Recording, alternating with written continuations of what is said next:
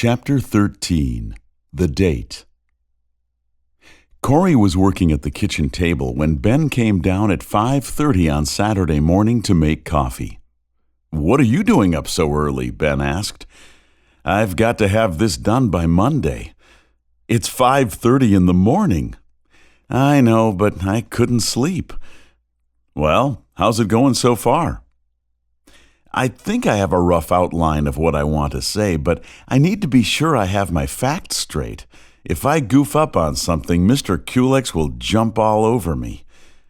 "If you goof up on something," Ben said supportively, "you'll still walk out of the room as Corey Nelson, and he'll still have to be Ed Kulex. Now, you tell me who comes out ahead." Corey smiled. "Yes, I know, but I still want to do well." "Who are you trying to kid? You want to kick butt on this project because Mr. Kulex thinks you're going to fall flat on your face." Another smile. "Well, there's that too," Corey said. "My dad had a ton of slides on prairies. Too bad this assignment couldn't wait until next fall. I could get some shots to liven this report up with." Ellen came down the stairs, confused by the crowd in what was usually an empty kitchen at this time of the morning. "Did I oversleep, or are you two just trying to mess with my head?" "It's that head thing," Corey said with a sarcastic grin. Ellen walked over to him and gave him a hug. "Good morning, kid. How did you sleep?" "Okay, I kept having dreams about Asclepius and Monarda." "Who are they?" Ben asked. "They are prairie plants." "When I was 13, I didn't dream of prairie plants," said Ben, smiling. "Give me a break," Corey protested. "This is important."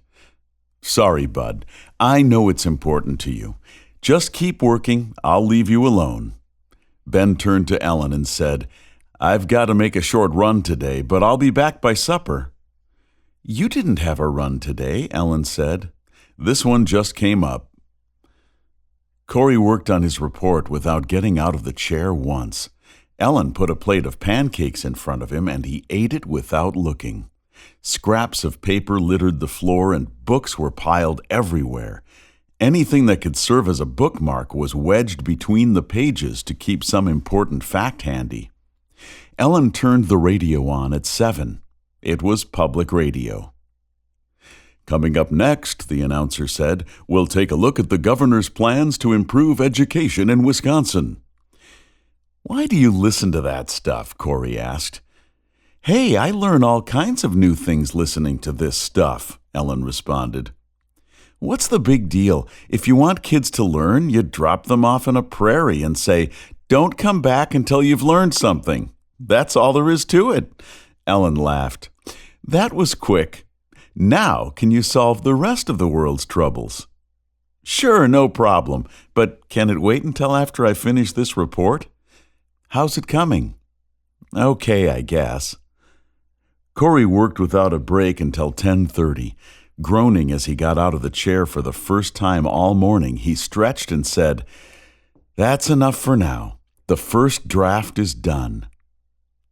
"What time is Kim coming over?" Ellen asked. He had forgotten all about Kim and really hoped she would forget all about him. "She said she would get here around 11. "Do you plan on being in your bathrobe when she gets here?" He had been so focused on his report that he had even forgotten to get dressed. He ran upstairs. Ellen heard the shower start as the doorbell rang. "Hi, I'm Kim. Is Corey here?" "Come on in, Kim," Ellen said. "Corey will be down in a minute." Kim was dressed in jeans and a sweatshirt, sneakers, and a light jacket. Noticing that Kim's hands were deep red, she said, "You must have had a cold bike ride this morning. How far away do you live?" "It's about 6 miles from here. Do you know where the Elmwood subdivision is?" "Wow, that's quite a ride." Corey came down the stairs, surprised that Kim was so early. "Hi, Kim," he said. "Hi, Corey. What do you want to do?" He hadn't given it much thought. The only thought he did give it was to wish it wouldn't happen at all. I don't know. We could watch TV or maybe go to the Barrens. The thought of hanging out with her new boyfriend while an adult was around didn't appeal to Kim. What's the Barrens? It's this cool place a mile or so from here. There's lots of animals and it's fun to just hang out. Sounds like fun, Kim lied. It sounded stupid, but she wanted to be with Corey no matter what it took. Ellen instructed them to be back for lunch, and they were off. They biked down the road and stopped at the big sign that said Mary G. Lincoln Wildlife Area. "Here we are," Corey said, with a hint of pride in his voice. "There's nothing here," said Kim. "It's just a bunch of dead grass. Where are the animals?" "You have to sit and wait, but they're around. Sometimes you get surprised by what you see." "Who was Mary G. Lincoln?" Kim asked. "She was this really important woman who worked to help wildlife. She spent most of her life in this area studying the birds that need grasslands to survive. She was also real good at getting politicians to see that this place was worth saving." "Sounds like a strange woman to me. Who would want to spend much time here?"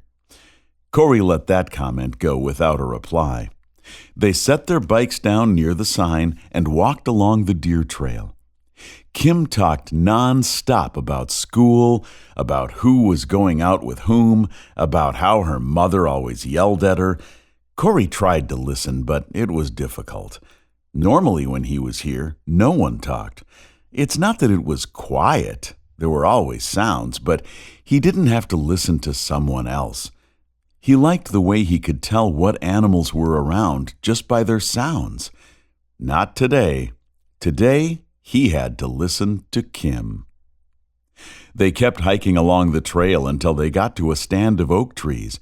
Corey tried to point out birds along the way, but Kim had a difficult time seeing them. A dry windfall made a somewhat comfortable bench. They sat down on the log and looked up at the sky. Kim turned to Corey and asked, "What are you thinking about?" "Nothing." "You can't think about nothing. Well, what are you thinking about?" "I don't know."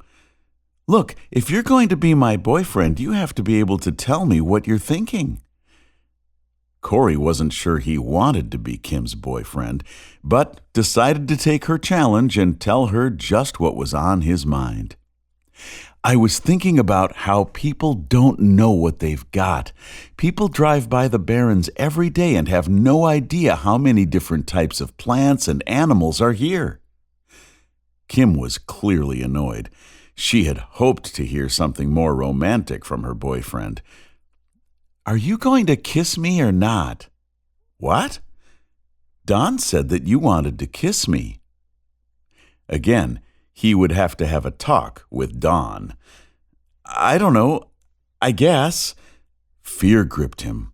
What if he did it wrong? On the lips or the cheek? Eyes open or closed? Corey came up with a plan just in time. He would kiss her quickly on the lips and keep his eyes closed. Kim leaned her head closer to him. He had to admit, she was really cute. Maybe this girlfriend thing would work out just fine. He summoned up his courage and leaned forward. Taking aim at Kim's lips, he closed his eyes. The instant before contact, a familiar sound off in the distance caused him to open his eyes. "Cranes!" he shouted. Unfortunately, his kiss inertia couldn't be stopped in time. His loss of concentration landed his lips squarely on the underside of Kim's nose. "Gross," Kim said, wiping the saliva from her nose. Corey didn't hear. He was already down the trail getting closer to the cranes. Standing 4 feet tall, the birds alternated between pecking at food in the grass and keeping a watchful eye out for predators. Corey was filled with a warmth he hadn't felt for a long time. He somehow didn't feel quite so empty. The illogical part of his brain briefly recalled the voice by the dam saying, "You'll never really be alone, Corey." An event that he knew didn't really happen. One small part of that event made sense. He understood that he would, in a way, always have his parents with him. They were a part of him, like the Barrens was becoming a part of him. Kim walked up to Corey ready to yell at him, but something about the way he was watching the cranes caused her to slow down and approach quietly. She sensed a sort of reverence, an almost church-like calm. "What are you looking at?" she said quietly. "Look, over there." Corey pointed to the large brown birds 200 yards away. Kim watched the birds and was impressed. Maybe Corey was onto something. Maybe it was okay to have a boyfriend who was a nature freak. The cranes began spreading their wings and jumping up and down. Their calls were now coming at the same time. Corey knew this as the unison call. One crane picked up grass in its beak and then dropped it. "What are they doing?" Kim asked. "It's the dance," Corey whispered. He was thrilled that his girlfriend seemed interested in birds. "They are a couple, and they're doing a courtship dance. If they didn't dance, the female wouldn't ovulate, and they wouldn't be able to mate." The sound of Kim's hand slapping Corey's face was loud enough to get the crane's attention.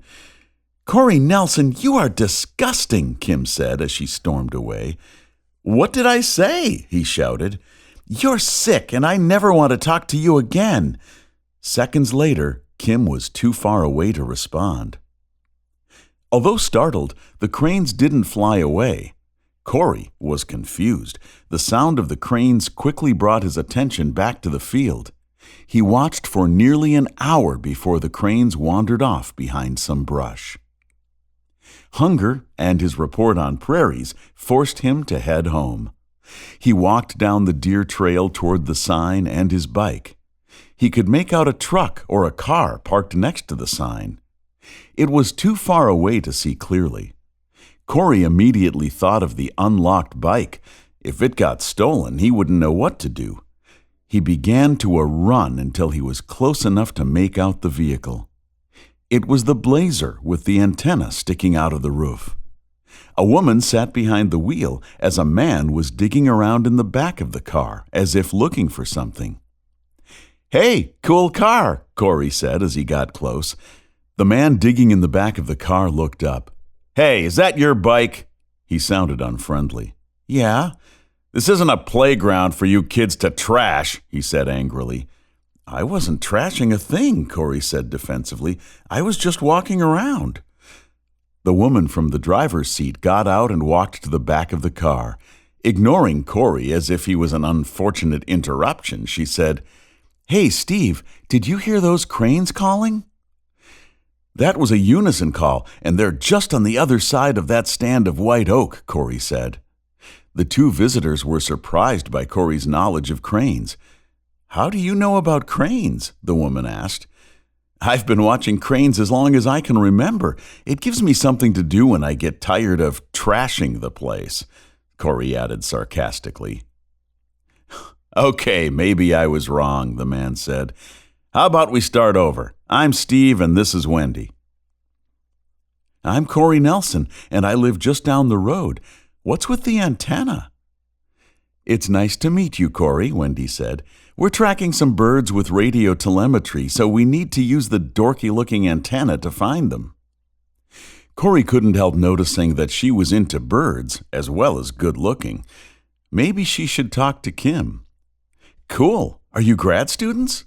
"Yes, we are. We're both in the wildlife program at Stevens Point. How did you know?" "My dad used to have graduate students working for him back in Madison." "Oh, your father is a professor?" Steve asked. "He was an assistant professor. He's dead now. He and my mom were killed in a car accident." Wanting to change the subject quickly, he asked, "Are you tracking cranes?" "No," Wendy said. "Prairie chickens. We have 3 birds fitted with radios, and we spend all day keeping track of where they are." "Cool. Are you going to go find one now?" "We don't need to. We use triangulation to pinpoint where they are," she said. "What's that?" It's easy, really. The radio can't tell us exactly where a bird is. It can only tell us which direction it's in. So we get a bearing on it from 3 different points and then draw lines on a map. Where the lines intersect, bingo! We can learn about what type of habitat the birds need at different times of the year without having to trap them. That way, the wildlife managers can know how to help the birds survive. Cool! But how do you know which bird you're hearing? Here's the tricky part. Steve took over the explanation. Each transmitter is tuned to a different frequency. We have 3 birds tagged right now, but we should have 4. One of our transmitters is a piece of junk. We can pick a frequency on the receiver if we want to find a specific bird, or we can let the receiver scan all the frequencies if we're just looking around. Here, Wendy said as she tossed Corey a walnut-sized object. Take a look at number 4. It doesn't work, but it will give you an idea of what they're like.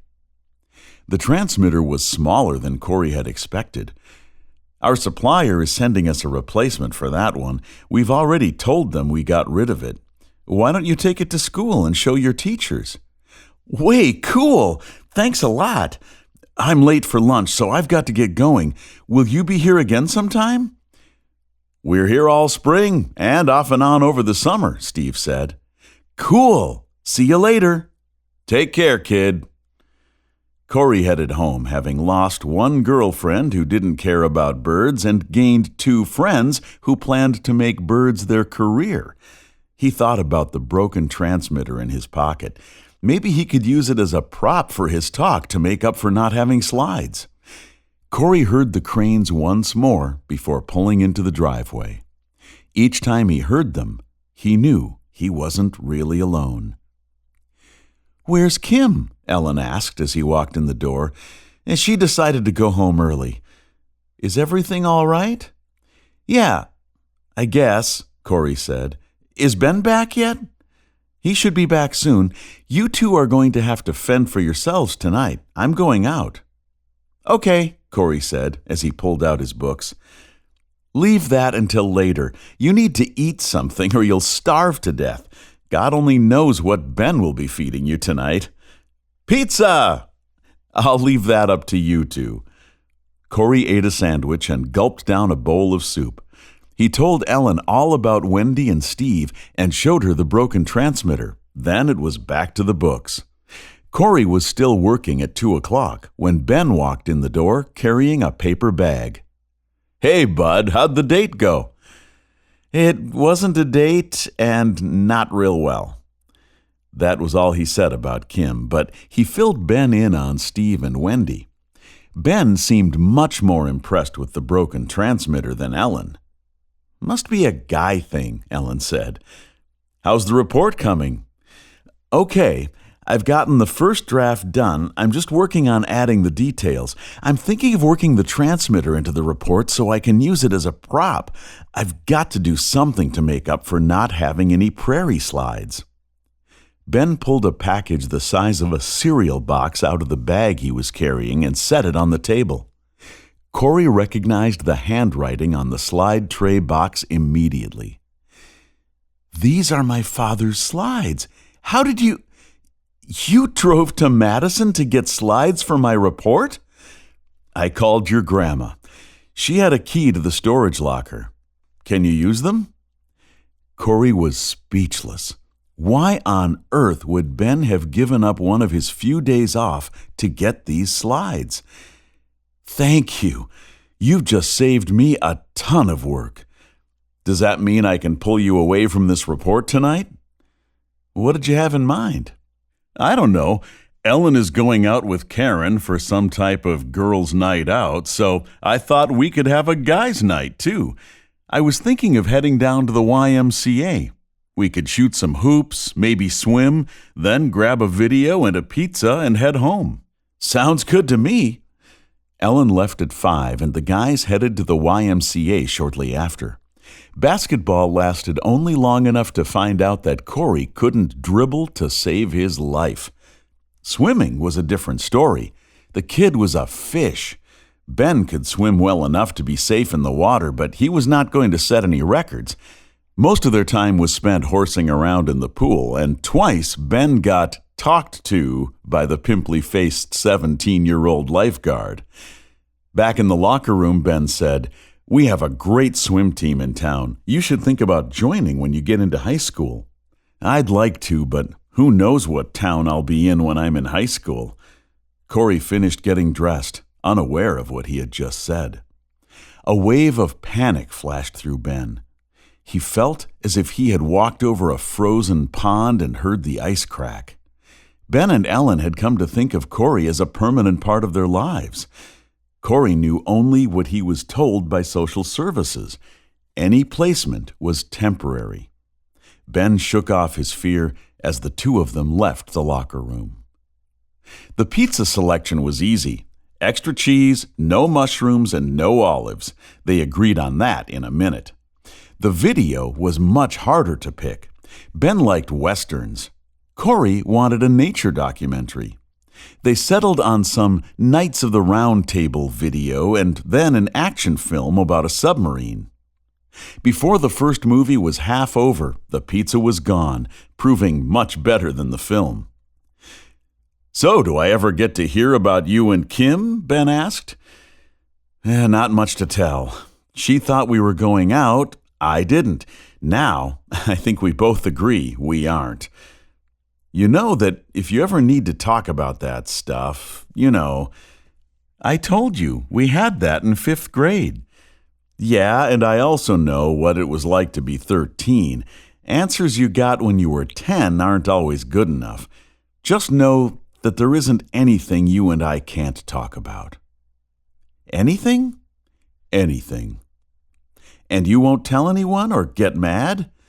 I didn't say that. You'll just have to trust me. If you tell me that you're thinking about hurting yourself, I'm not going to sit back and keep my mouth shut. It all comes down to trust. You're free to talk about anything you want. You're also free not to. Deal? With that, the floodgates opened. Corey asked questions that were so blunt and honest they took Ben by surprise. Although he'd had the same questions when he was Corey's age, he wouldn't have thought of asking anyone about them. Ben's answers were complete and to the point, leaving no room for misunderstandings. Ben figured that this was no time to be subtle. Each answer sparked new questions. By the time they were done, just about every adolescent anxiety and parental fear was addressed. The two had determined where their limits of trust were, and clearly there were no limits. By the time the credits from the second video rolled across the screen, Corey was asleep on the floor. Ben woke him up enough to get him up the stairs. He was heading back down to turn the TV off when Ellen came home. "How was your girls' night out?" he asked. "We had fun. How about you guys?" "It was a good time. Once you get that kid talking, you can't shut him up." "Oh, what did you talk about?" "Just guy stuff." "Like what?" "Let's just say that you're living with a very normal teenager." Heaven help us.